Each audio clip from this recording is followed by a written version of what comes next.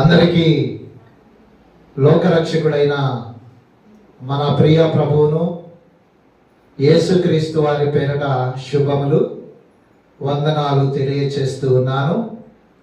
ఈ శుభదినముల దైవ వాక్యాన్ని మీతో పంచుకొనటానికి దేవుడు నాకు ఇచ్చిన చక్కని సమయం కొరకు ఆ దేవాది దేవునికి వందనాలు తెలియచేస్తూ వాక్యాన్ని ప్రారంభించుకుందాం.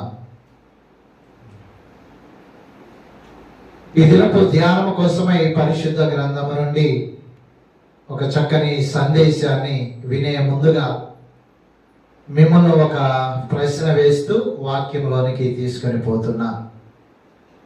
సేవ అనగా ఏమిటి?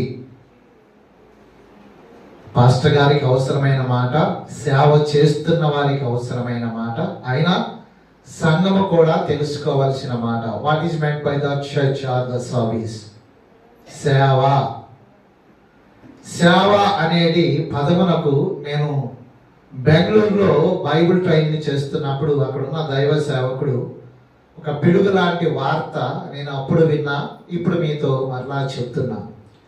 సేవ అనగా చావు. ఎవరైతే చావునకు తెగించి ఉంటారో, ఇష్టపడతారో, చావునైనను స్వీకరిస్తారో అలాంటి వారే సేవలోనికి అర్హులు అంట.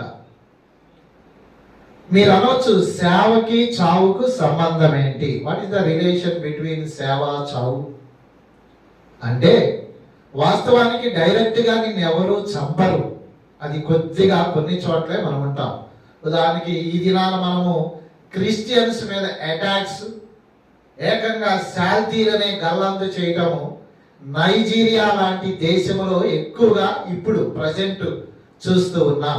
అయితే మన ప్రాంతంలో, మన ఏరియాలో అలా కాకపోయినా చావు అనే దానిని నిత్యము పోరాటం, మాటలతో పోరాటం, సూటిపోటి మాటలతో, చేతలతో కించపరిచే విధంగా, వార్నింగ్ ఇచ్చే విధంగా, చెంప మీద కొట్టే విధంగా, దెబ్బలు కొట్టే విధంగా, చిట్ట చివరికి ప్రాణం కూడా తీసే పరిణామాలు ఈ దినాన మనం చాలా చోట్ల చూస్తున్నాం.